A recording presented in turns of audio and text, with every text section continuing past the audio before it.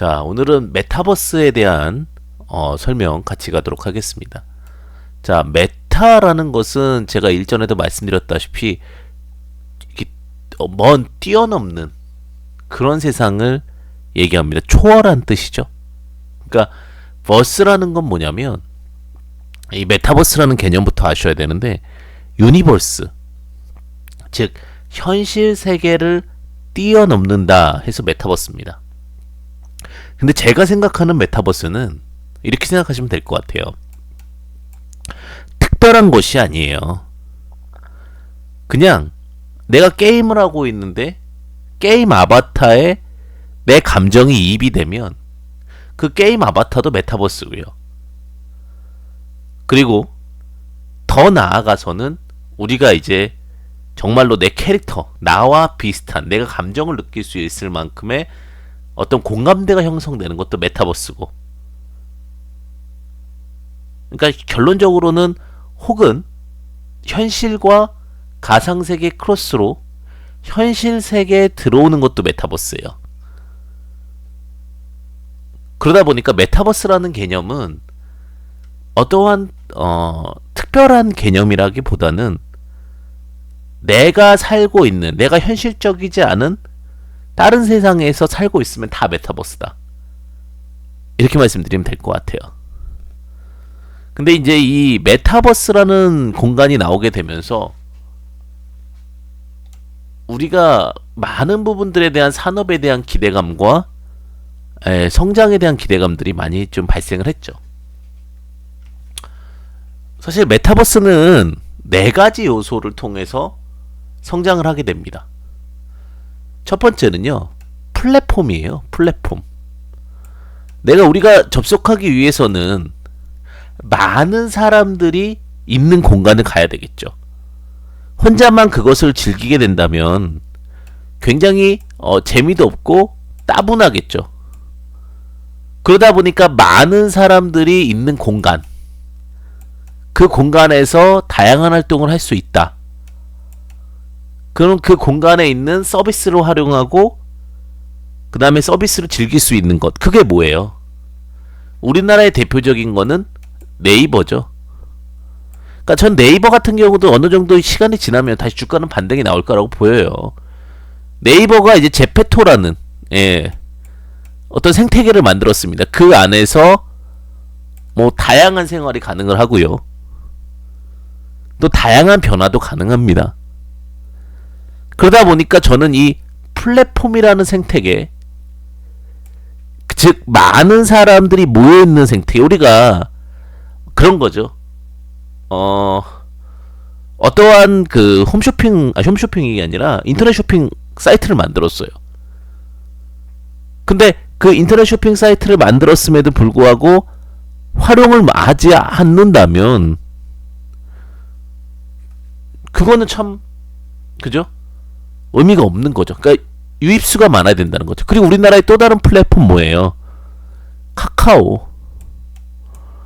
지금 이게 은근슬쩍 다시 올라오려고 준비하고 있죠. 희한하게 선거철에는 이런 종목들이 안 가다가 이런 식으로 뭐 미국 같은 경우나 해외는 뭐 샌드박스가 러블록스라든지 뭐 샌드박스가 될 수도 있겠죠. 이런 플랫폼들이 무궁무진하게 만들어지고 있죠. 이제 더 나아가서 이런 게임 플랫폼의 단일화에서 얘기 나왔던 것들이 게임이지만 이제 위믹스 플랫폼, 위메이드 같은 경우도 나오고 있는 거고요. 뭐 그 건 바이 건으로 굉장히 많은 플랫폼들, 뭐 더 나아가서는 뭐뭐뭐해서 플랫폼들이 만들어지고 있습니다. 그럼 이 플랫폼의 생태계는 굉장히 무서운 겁니다. 우리가 현실에서 만나는 친구들이 있듯이 가상세계에서 만나는 사람들이 있고 친구들이 있는 거예요. 그럼 이 플랫폼이라는 공간이 생겼어요. 그럼 우리 이 플랫폼에서 뭘 해야 될까요? 공부도 할 수 있고요, 이제는. 그 다음에 여러가지 일상생활들을 할 수 있는 세상으로 바뀌게 된 겁니다. 그게 뭐냐면 컨텐츠라는 거예요. 이 플랫폼 안에 무슨 컨텐츠를 넣을 수 있을까?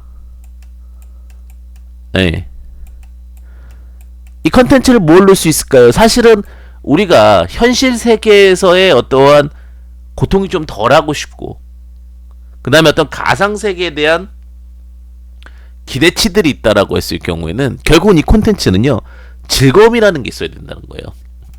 락이라는 거예요. 즐거움은 이 락이 들어가 있어야 이 콘텐츠로서의 의미가 있는 거죠. 그래서 이 콘텐츠의 의미 중에는 게임, 그리고 또 뭐야, 내 즐거움은 뭐냐면 엔터, 이런 것들이 다 콘텐츠에 들어갈 수 있는 요인들이 됩니다. 내가 좋아하는 연예인, 예. 저 같은 경우는 이제 뭐 각자의 취향일 수 있겠지만, 뭐 예를 들면 스포츠 스타를 좋아한다. 저는 스포츠 스타들을 좋아하는데, 그런 것들이 다 이제 어떤 컨텐츠로 들어오게 됩니다. 캐릭터들끼리 뭐 예를 들면 제페토에서 지나가다가 만나면 서로 대화도 하고 게임도 요청하고 이런 식으로 변화가 되는 거죠. 이게 더 지나가면 이제 공부라는 표현보다 학습이라는 단계까지도 넘어갈 수가 있다라는 거예요. 작은 범주가 아닙니다. 그리고 나서 이런 것들이 뭘 만들어내요? 예, 공동체 커뮤니티를 만들어내는 겁니다. 예. 실제로 미국이나 이런 쪽은 이런 것들이 점점 더 활발해지고 있죠. 디센트럴랜드 같은 경우에 삼성전자가 이번에 광고를 넣었습니다. 단순히 그냥 이게 우리가 지금 당장 현실이 안 와닿는다고 해서 구분을 하지 않고 멀리 해야 될 부분은 절대 아니라는 거죠. 지금은 너무나도 빠르고 급속하게 이 시장이 성장하고 있고 100배, 200배까지도 기대해 볼 수 있다라는 겁니다. 제가 예전에 2차 전지에 대해서 굉장히 깊이 설명한 적이 있었어요. 근데 현실적으로 2차 전지가 확 안 와닿았거든요. 그때도. 왜냐하면 우리가 기름, 유가라는 거는 어떤 미국이 힘을 지을 수 있는 하나의 핵심 자원인데, 그것이 달러로 교환이 돼야 되고 그것이 중심이 됐을 때 세상이 움직일 수 있는 건데 2차 전지가 발달할 수 있겠어? 라는 질문을 했지만, 결론적으로는 미래 에너지와 결국 환경이라는 부분에 막히게 되면서 2차전지 시장이 열렸습니다. 지금 메타버스도 익숙치 않기 때문에 굉장히 답답하고 어려우실 거예요. 근데 결론은 올 시장이고 온 시장이에요. 자, 플랫폼 컨텐츠 다음에 또 뭐가 있습니까? 세 번째는, 자, 이런 플랫폼과 컨텐츠가 있으면 기기가 있어야 됩니다. 네. 이번에 CPU, 머리에 해당되는 겁니다. CPU를 인텔에서 업그레이드 했습니다. 머리를 업그레이드 하다 보니까 당연히 수행할 수 있는 수행 능력이 증가가 되다 보니 우리가 얘기하는 일을 여러 개를 벌려놓고 할 수 있는 힘, 램을 업그레이드 하게 됩니다. 이게 DDR5란 얘기예요. 그리고 이런 것들은 뿐만 아니라 이제 더 우리가 즐겁게 하려면 결국은 메타버스, 그러니까 우리와의 세상과 다른 세상으로 들어가기 위해서는 접속을 할 수 있어야 되잖아요. 그죠? 그럼 그 접속을 할 수 있는 요인들에 대해서 우리가 고민을 하게 됩니다. 그럼 그거 결국은 지금은 뭐가 있냐면 렌즈인데요. 결국 이 렌즈의 발전은 엄청나게 될 건데 두 가지로 발전이 되겠죠. 지금 현재는 안경, 글래스, 안경을 통해서 접속이 되거나, 예, 혹은 스마트폰을 통해서 접속이 되겠죠. 조금 더 리얼한 건 안경이고, 그 다음에 조금 더 들고 다니기 쉬운 건 스마트폰입니다. 이런 식으로 시장은 점점 더 확장이 돼요. 스마트폰은 어떻게 보면 한번 건너뛰기 때문에 약간의 리얼감은 떨어지지만 휴대성이 좋고 늘 들고 다니잖아요. 안경은 늘 들고 다닐 수는 없으니까. 그 다음에 이러한 시장이 확장되다 보면 결국은 뭐의 시장까지 올라가는 거예요? 광고 시장까지 올라갑니다. 네. 광고 시장이 좋아진다. 이것도 굉장히 큰 의미를 갖는 거거든요. 플랫폼, 콘텐츠, 기기, 그 다음에 광고. 자, 지금 실내로 이제 게임 안에다가 뭐 삼성전자가 광고했죠. 그러니까 먼 이야기가 아니에요. 가끔 우리가 어떤 판단을 할 때는 판단의 가치에는 다양한 가치가 있는데 결국은 권위적인, 우리가 설득의 방법 중에도 하나기도 하지만 판단의 방법 중에도 하나가 권위적인 누군가가 행동을 먼저 했다라는 부분은 굉장히 설득력이 있는 거죠. 근데 지금 마이크로소프트 같은 경우는 블리자드를 인수했죠. 스타크래프트 회사를 인수했다는 얘기예요. 소닉도 추가 인수에 대한 이야기들이 있고, 구글, 삼성전자, 현대차, 롯데 등등이 다 메타버스 시장에 뛰어듭니다. 그러다가 또 새로운 캐릭터가 나왔죠. 신한은행에서 광고를 했는데 가상인물이 여자 캐릭터예요. 가상인물이 오히려 가수보다도 더 인기 있는 이러한 시장으로 확장이 됩니다.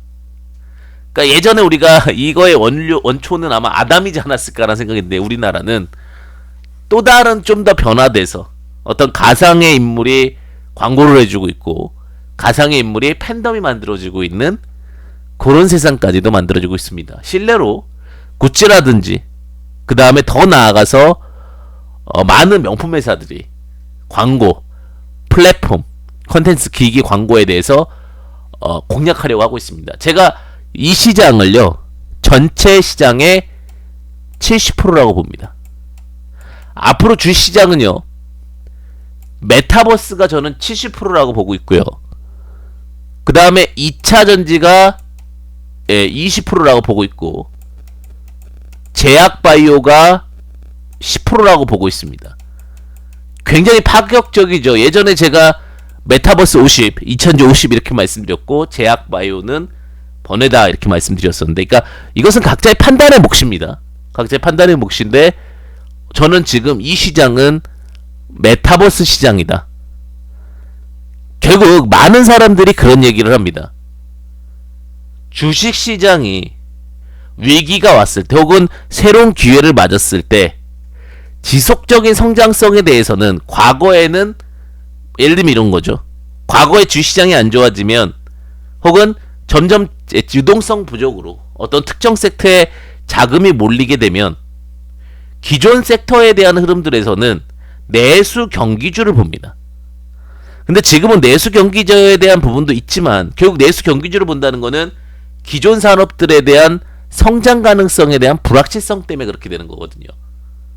근데 성장 가능성에 대한 확실성이 있다, 혹은 그 상승이 지속적으로 나올 수 있다라고 했을 경우에는 지금은 그러한 관점으로 보시기에는 다소 한계가 있지 않나, 이러한 생각이 사실상 들립니다. 그래서 여기까지 지금 말씀을 드렸는데, 그러면 플랫폼 콘텐츠 계기 광고의 시장이 결국 열리게 되고 이것이 결국 주시장을 다시 재견인하는 역할이 될 거다. 네. 그래서 이러한 시장들이 있으니까 이게 이제 뭐예요? 결국 새로운 세상을 만들어 주게 되는 4대 요소입니다. 메타버스 세상의 4대 요소. 그럼 이런 것들이 다 완성이 됐어요. 완성이 되면 우리가 동물과 조금 다른 것, 사회를 이루게 되고 그 다음에 어떤 구성원을 만들게 된 것, 그것은 여러 가지가 있을 수 있습니다. 뭐 무리를 만들었다라는 것도 있고요. 예, 여러 가지 로직들이 있겠지만 또 어떠한 중심 체계를 갖고 열심히 살고 발전을 하는 것은 결국은 전 트레이드오프, 무역에서 발생했다라고 봐요.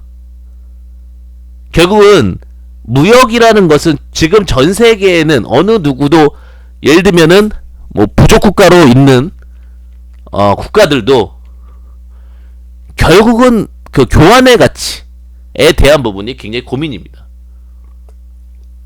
그래서 그 교환의 가치를 뭘로 할 거냐? 결국은 우리가 일명 얘기하는 돈이 생기면서, 네, 돈이라는 게 우리가 이제 머니죠, 그죠? 이걸 통해서 어떠한 노력에 대한 대가, 그 다음에 물건에 대한 가치, 뭔가 평가를 할 수 있는 척도를 만든 거죠, 돈이라는 걸로. 사실 물질 만능지는 좋지 않지만 어쨌든 간 이 돈이라는 걸 평가를 할 수 있게끔 뭐 GDP가 어떻다. 주가가 어떻다. 사람은 끊임없이 무언가를 정의 내리기를 원합니다. 그냥 지나가는 법이 없어요. 그러다 보니까 계속해서 다른 동물과 다르게 발전이라는 것으로 이루어진 거거든요. 발전이 하게 된 계기를 잘 생각해 보면요.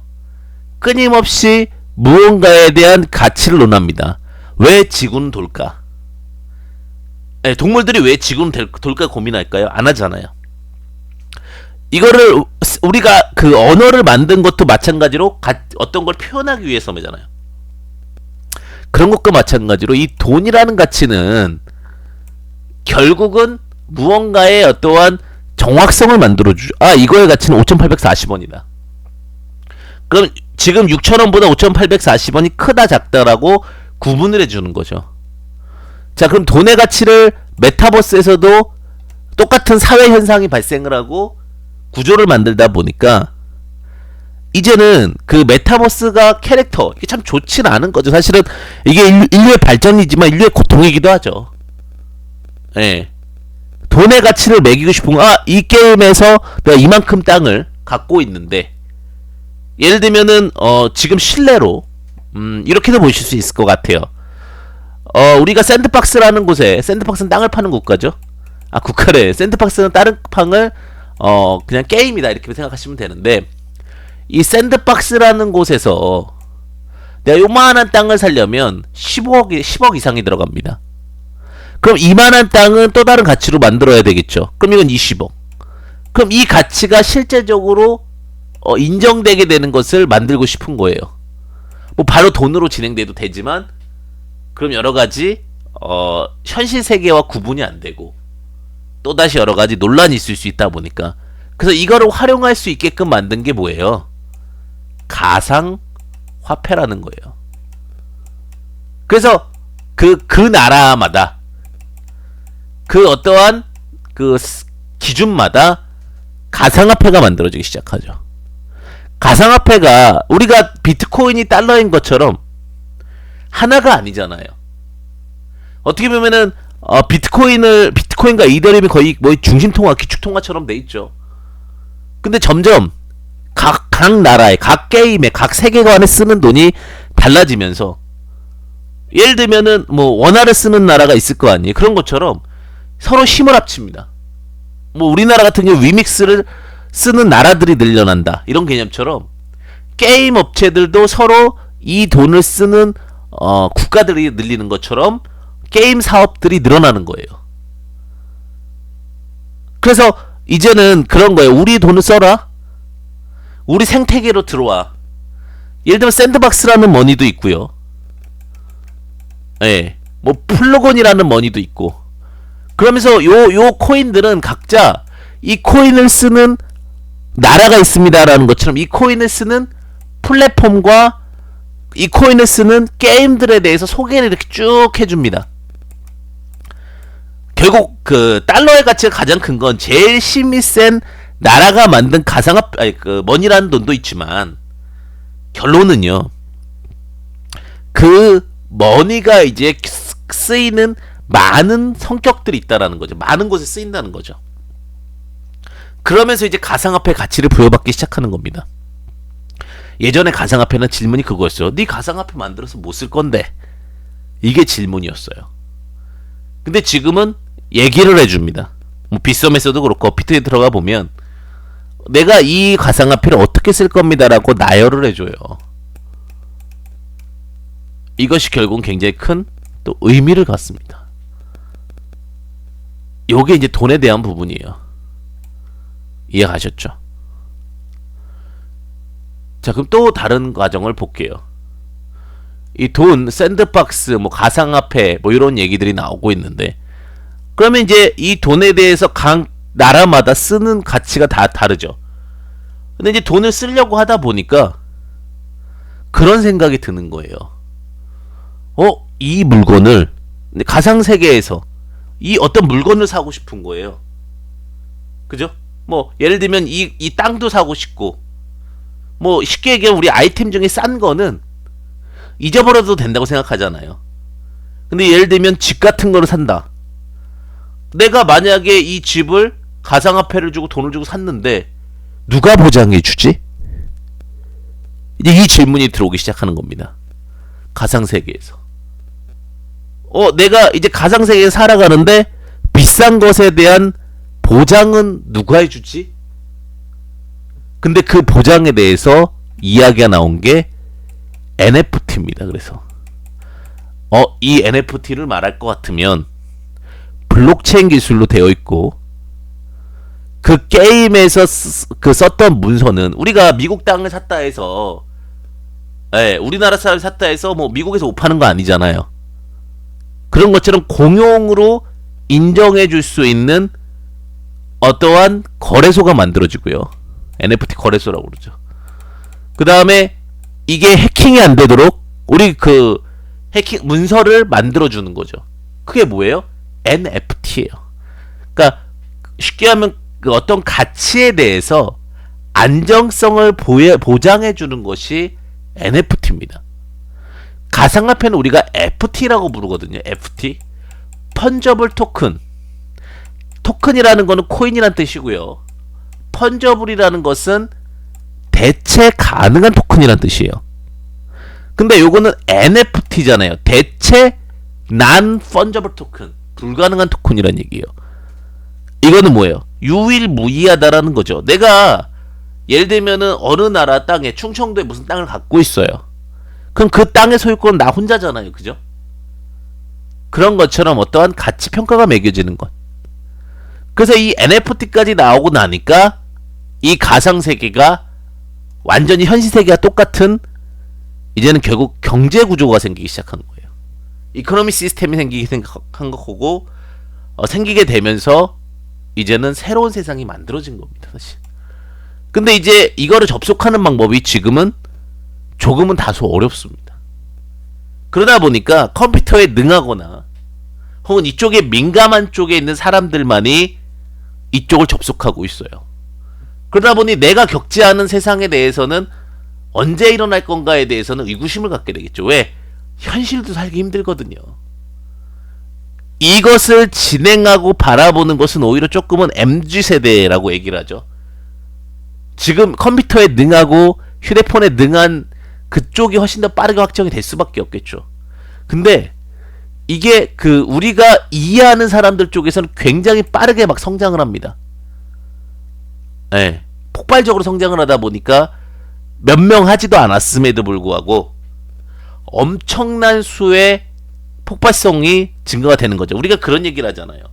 안 해본 사람은 있어도 한 번 해보면 안 할 수 없다. 그런 식의 어떤 중독성도 만들어냅니다.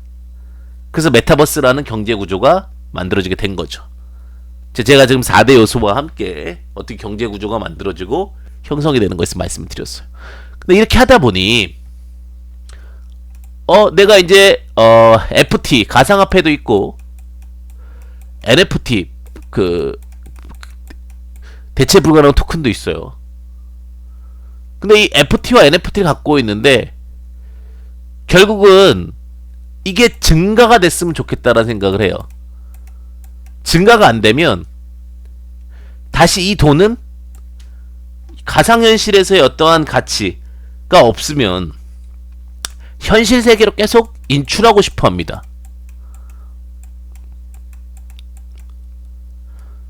그러다 보니까 가상세계가 오히려 현실 세계에게 손해를 보는 케이스가 되는 거예요. 가상세계에서 열심히 일을 해서 현실 세계로 돈을 보내기만 하니 가상세계에 있는 돈들은 점차 줄어들게 됩니다. 물론 이것을 최대한 활용할 수 있는 공간들을 많이 만들므로써 유흥을 즐길 수 있고 즐거움을 가질 수 있게끔 만들긴 하겠죠. 실례로 조심스러운 부분이지만 그렇게 해서는 안 되는 거죠. 어떤 게임 같은 경우는 이제는 성추행 당했어요 라고 신고가 들어옵니다. 그래서 이제 거리두기 제도를 만들었거든요. 왜냐면 캐릭터들끼리 너무 붙어있다 보니까 대화도 되고 어떤 움직임도 만들어지고 그러다 보니까 실제로 그런 케이스까지 나오게 되면서 현실과도 마주치긴 하지만 만약에 FT에 돈을 두면 쓸 수가 없다. 그러니까 내 현실 세계에서 더 쓰고 싶은 욕구가 더 커진다. 그래서 이제 고안한 게 뭐냐면 그러면 우리가 결국은 돈이 유지가 될 수 있고 오히려 돈을 유지해야 될 명분을 만들어주는 것이 무엇일까라는 거에 질문을 던지게 됩니다. 그리고 그 질문이 뭐였냐? 디파이예요. 네, 은행을 만들어주는 겁니다. 이제는 단순히 이것을 통해서 돈을 벌었어요. 뭐 게임 세상에서도 돈을 벌 수 있고 뭐 어떤 코인을 통해서 사면서도 돈을 벌 수 있어요. 근데 Decentralized Finance라고 해서 탈중앙은행이 있습니다.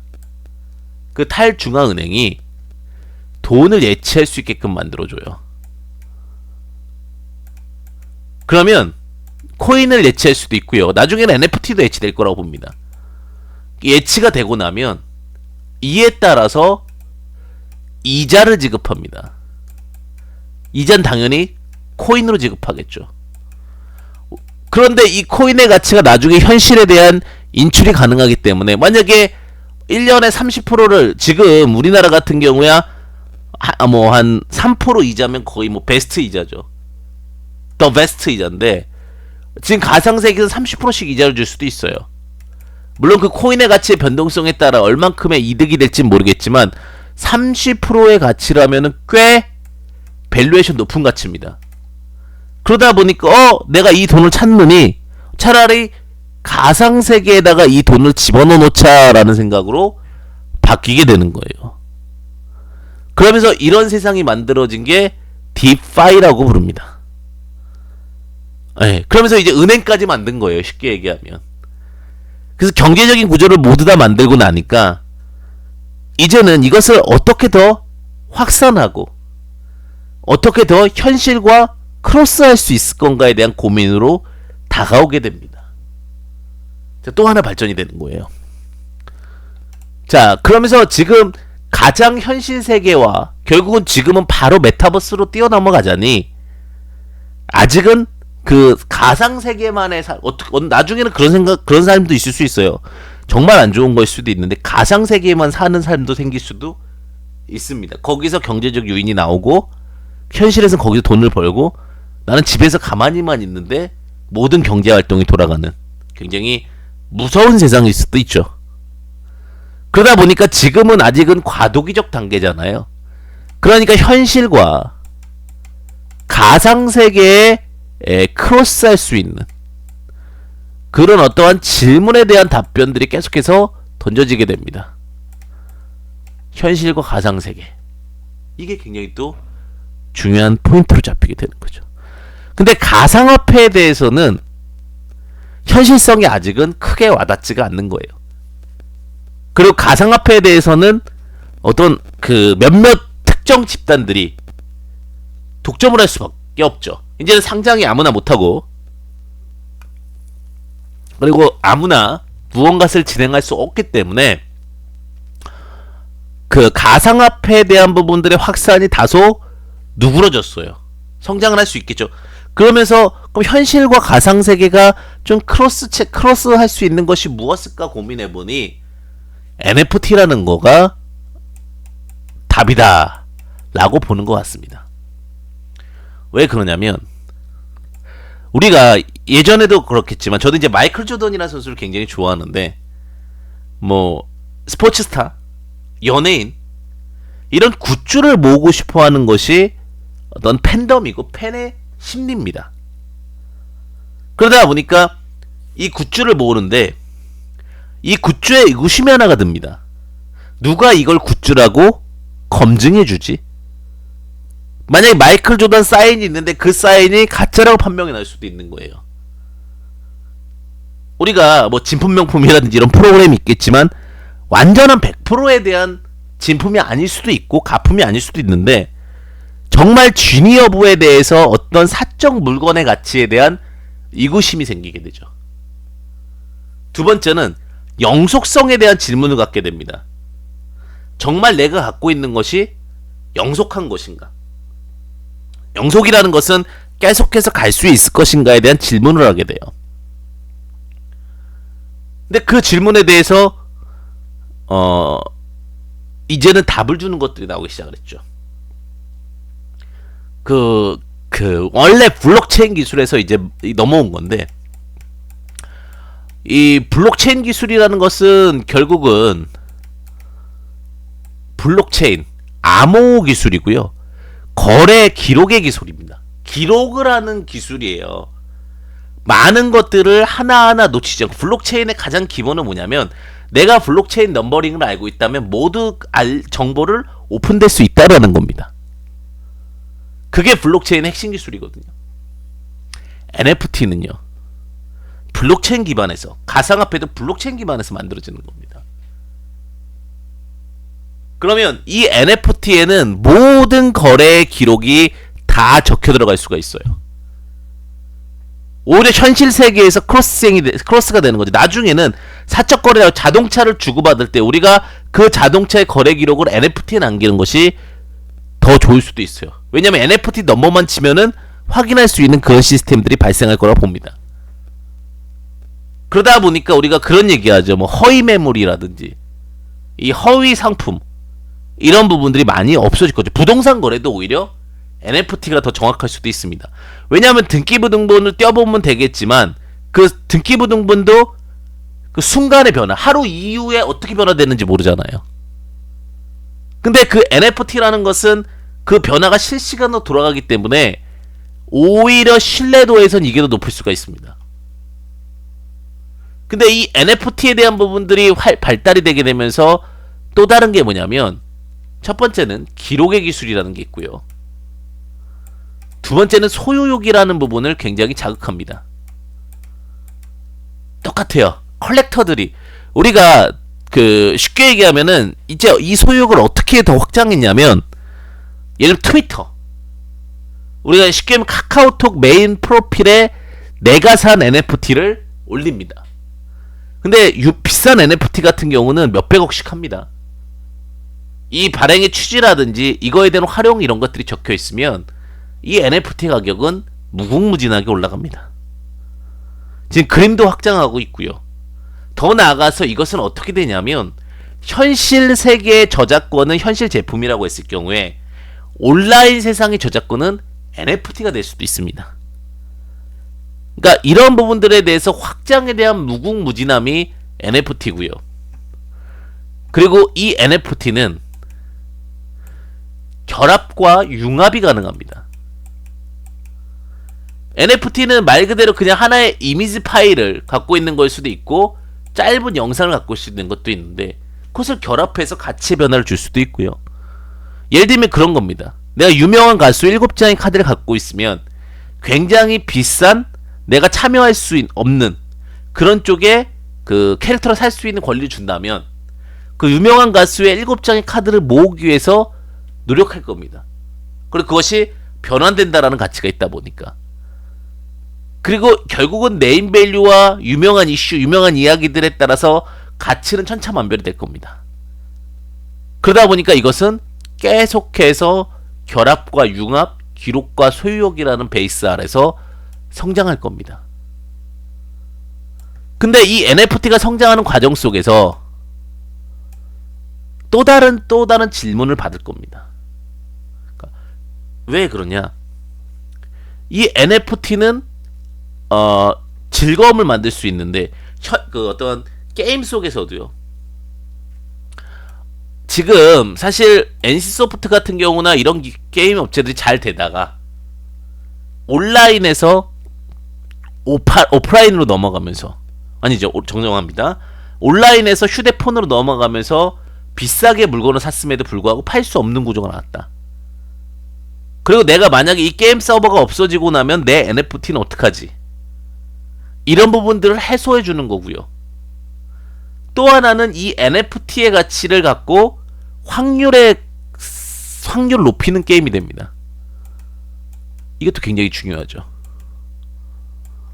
이런 것들이 지금 건 바이 건으로 다 만들어지는 것이 결국은 메타버스입니다. 그리고 NFT입니다. 그러다 보니까 지금 우리는 아직까지도 지금 시작도 안 했어요. 네. 자, 여기서 이제 지금 NFT에 대한 성향까지 했지만, 이제는 게임 NFT랑 크로싱이 될 수도 있어요. 게임 NFT랑 그 다음에 스타 NFT랑 결국은 크로싱이 되게 되면 가치는 더 올라가겠죠. 확률도 높일 수 있지만, 예, 내 어떤 팬덤으로서의 NFT도 있고 또 이 NFT 안에 광고를 집어넣을 수도 있습니다. 이 시장은요, 그러니까 뭐 지금 시작도 안 했어요. 가끔 제가 보다 보면 이 시장이 과열됐다라고 하는데 시작을 안 했습니다. 지금 이게 제가 설명드리고 있는데 많은 부분들이 아직 모르는 얘기고요. 그러니까 이렇게 지금 무궁무진하게 확장할 수 있는데 초기에 어떤 개념만 보여줬거든요. 더 나아가서는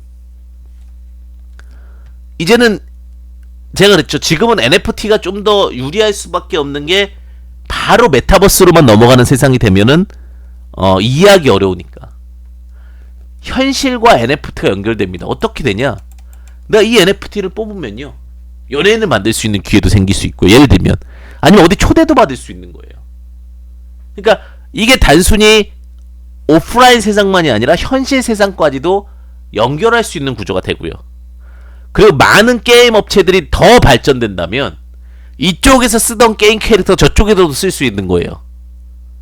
우리가 그런 거 있잖아요. 점점 더 확장 가능성에 대한 이야기까지 나온다라고 했을 경우에 이 시장은 더 무궁무진할 수밖에 없다. 그래서 무서운 세상입니다. 무서운 시장입니다. 100배가 성장할 수 있는 시장이 이쪽 시장이에요. 100배가 성장한다라는 거는 예상할 수 없는 성장이었어요. 여태까지 저는 지금 그런 얘기를 할 수 있을 것 같아요. 여태까지 뭐 개천에서 욕난다? 불가능하다라는 얘기가 나왔잖아요. 그죠? 근데 다시 한번 그런 기회들이 나올 수 있어요. 왜? 이게 또 하나 무서운 게 있습니다. NFT가 무서운 이유가 웹 3.0이거든요. 유튜브가 왜 발전하냐면 누구든지 올릴 수 있어요. 누구든지 올릴 수 있고 유튜브 광고를 통해서도 수익이 나올 수도 있지만, 자, NFT가 성장하게 되면요, 누구든지 올릴 수 있다라는 거예요. 지금 유튜브도 NFT를 하겠다라고 얘기를 했고 많은 부분들이 NFT를 하겠다는데, 이거의 가장 큰 무서운 건 뭐냐면 누구나 다 참여 가능하다는 겁니다. 실제로 인도에서 어떤 친구가 나의 프로필 사진을 갖고 사진을 찍어서 올렸습니다. 그럼 또 그런 얘기가 나올 수 있죠. 처음이니까 더 높게 평가가 될 수 있지만 늘 새로운 컨셉과 새로운 개념, 새로운 변화를 무궁무진하게 만들 수 있기 때문에 이 시장 자체는 엄청난 확장성을 가질 수밖에 없습니다. 그래서 대기업들이 다 뛰어든 거예요. 우리가 무언가를 남겨주고 싶어 하잖아요. 튤립 버블에 대해서 튤립 버블과 금 버블의 확연한 차이는 뭐였냐면, 튤립 버블은요, 튤립은 없어집니다. 튤립이라는 것은 시간이 지나면 시들 수밖에 없겠죠. 근데 금은 버블이라고 안 하는 건 금은 영속됩니다. 금이 버블이라고 하는 건 금은 희소합니다. 튤립은 거의 비슷하게 생겼어요. 그리고 튤립 자체가. 그죠? 물론 우리 뭐 예전에 어린 왕자 보게 되면 그렇게 하긴 하죠. 장미인가요? 장미가 그 어린 왕자한테 그러죠. 이 똑같은 그 장미 중에 왜 너는 나를 특이하게 보느냐 이렇게 얘기했더니, 너는 나에게 테임드라고 했나? 길들여져 있기 때문에, 너와 나에게 관계가 있기 때문에, 그래서 다르다라는 표현을 한 것처럼 튤립도 다를 수는 있겠지만, 그렇다 하더라도 그거의 가치를 어떠한 특정한 기준 없이 맞추기는 어렵습니다. 거기에는 주관이라는 것이 들어가기 때문에. 근데 NFT는 객관성이 좀 더 있고, 그 다음에 이벤트를 표현할 수 있어요. 예를 들면 그런 거예요. 지금 올림픽을 하고 있는데 저도 계속해서 응원을 하고 있지만, 결국은 그런 과정들에 대한 포지션들이 만들어지다 보니까 이 시장은 클 수밖에 없다. 필연적으로. 그리고 활용할 수 있는 게 무궁무진하다라는 거죠. 그래서 사실 게임 업계와 엔터 업계가 위기를 맞았었어요. 게임과 엔터가 위기를 맞았습니다. 우리나라 사실은. 게임 업계는 어떤 위기를 맞았었냐면, 예전에는 이제 게임 업계 같은 경우는 아이템에 대한 거래가 굉장히 활발했습니다. 예, 근데 그 아이템의 가격이 우리가 생각했던 것보다 그 이상의 가치를 갖고 있었어요. 저는 게임을 많이 안 하는 스타일이니까. 근데 요즘에 이제 그 확률형 문제, 그 다음에 여러 가지 뭐 제도적 문제, 게임 사업이 성장할 수 있는 것에 한계를 봉착합니다. 한계를 봉착했다가 당연히 그것이 점점 더 쪼여들어가는, 뭐 시간 문제, 인간성, 뭐 저기 도덕성 문제, 뭐 여러 청소년 문제, 뭐 이렇게 하면서 당연히 작년도까지 너무 힘들었어요, 게임은. 근데 올해 원년이에요. 게임이 풀어나갈 수 있는 방법을 알아낸 겁니다. 물론 아직 국내법으로는 안 되다 보니까 해외 서버로 둬야 되긴 하지만 새로운 시장에 대한 시도가 만들어진 거예요. 즐거움과 우리가 놀면서 돈 버는 게 최고라고. 놀면서 돈 벌 수 있는 노직이 만들어지게 되고, 예를 들면 지금 넷마블 같은 경우 모두의 마블을 저도 이제 좀 더 지켜봐야 되겠지만, 부루마블 있죠, 부루마블에다가 가상화폐랑 연결해가지고 진짜로 땅을 갖고, 예, 우리가 만약에 우승을 하게 되면 뭐 가상화폐를 좀 받는다든지 아니면 NFT를 받는다든지, 우리가 만약에 예를 들면 서울에 도착했어. 서울에 도착했는데 히든 서울이야. 그럼 서울 NFT가 나오는 거예요. 재밌잖아요. 그럼 단순히 반복되는 루틴이 아니라 현실적으로 뭔가 재미가 있고, 그 다음에 그 게임들이 확장할 수 있는 무궁무진한. 근데 나중에 이렇게도 될 것 같아요. 여기서 썼던 그 서울 NFT가 다른 데서 또 진행이 될 수 있고. 근데 지금 그런 것들이 실제적으로 시도하고 있습니다. 많은 게임 업체들이 생태계라는 테두리 안에 엄청난 물결의 변화가 오고 있어요. 네, 변화의 물결이 오고 있습니다. 근데 여기에 이제 엔터도 굉장히 좀 문제가 있었죠, 사실 우리나라도. 여러 가지, 그죠? 도덕적으로 하지 말아야 될 부분들이나 해서는 안 될 일들로 인해서 유명 엔터사들이 좀 휘청였어요. 예. 근데 그 엔터사들이 그러면서 돌파구를 찾았던 게, 특히 거기다 코로나19라는 부분이 발생을 하면서, 사실 뭐 우리나라 같은 경우 이제 전 세계가 마찬가지죠. 콘서트를 할 수 없는 상황이었잖아요. 근데 유튜브가 돌파구가 됐죠. 예. 정말 많은 유튜버들이 나오기 시작을 했고, 그 다음에 또 하나가 근데 더 발전할 수 있는 건 팬덤이라는 부분들, 그리고 메타버스 세상에서 이제 공연을 하면 돼요. 실제로 다이너마이트 같은 경우는 메타버스 공간 안에서 BTS가 공연을 했고, 그러면 그 공연 티켓을 어떻게 들어가냐면 우리가 이제 NFT로 팔 것 같아요. 지금 실제로 플레이덱 같은 경우는 NFT로 그 가상세계에 들어가는 티켓을 만들어줍니다.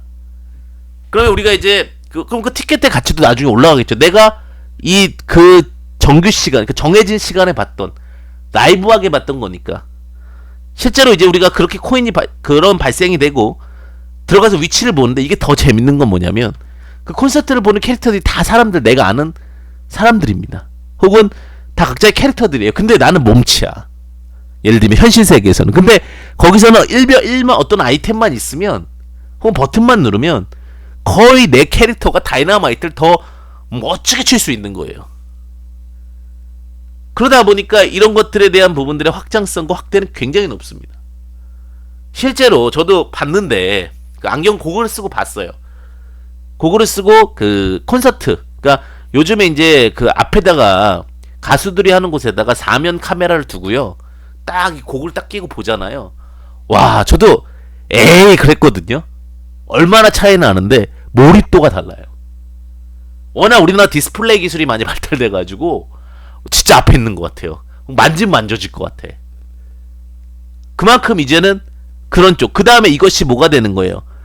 이런 것들에 대한 부분들이 확장이 되다 보면 게임 엔터 쪽, 이제 오징어 게임을 본다거나, 뭐 지금 우리 학교는 볼 때 라이블리하게도 볼 수 있는 거예요.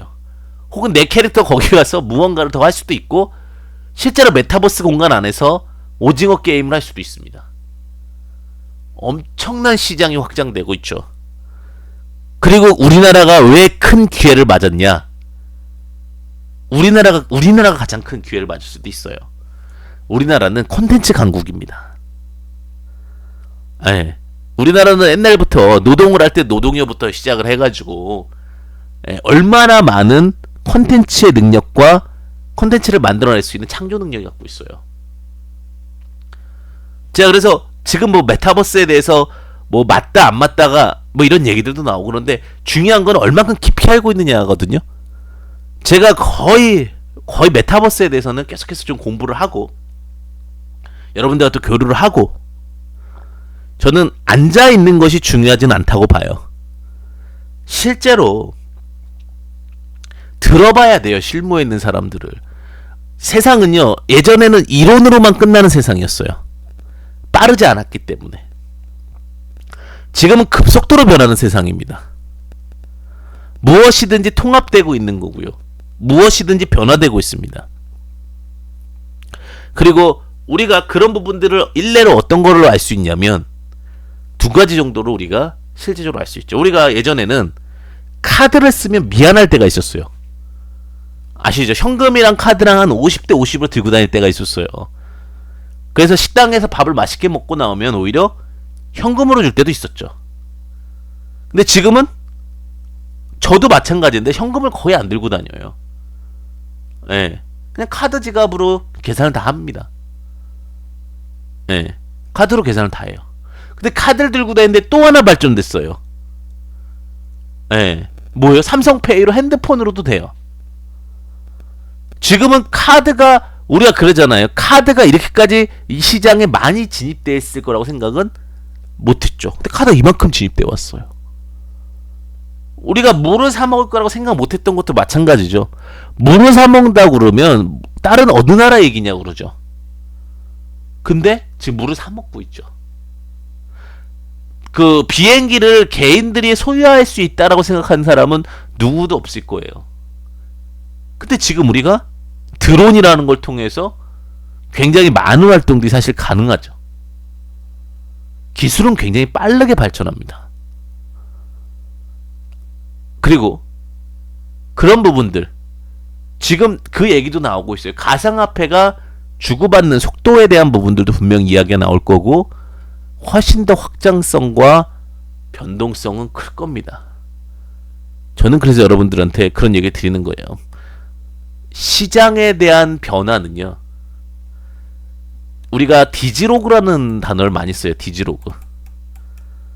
예, 제가 이제 가장 그 중요하게 생각하는 단어기도 한데 절대로 하나에 치우쳐서는 안 돼요. 디지털 플러스 아날로그를 디지로그라고 그래요. 어느 순간 머리로만 이해하는 세상이 됐어요. 영상으로 보고 그리고 물론 이게 틀리지 않아요. 근데 세밀한 거는 아직도 아날로그입니다. 이게 만들어졌었고 이 시장에 대한 부분들이 만들어지고 있는 것 그리고 제 감각적인 부분은 메타버스다. 이렇게 좀 말씀드리고 싶습니다. 메타버스는 먼 미래가 아니라 지금 현재 벌어지고 있는 현재 벌어지고 있는 이야기다. 그래서 메타버스에 대해서 끊임없이 공부하셔야 되고요. 또 메타버스에 대해서 끊임없이 생각해 보셔야 된다. 이렇게 좀 말씀드리고 싶습니다.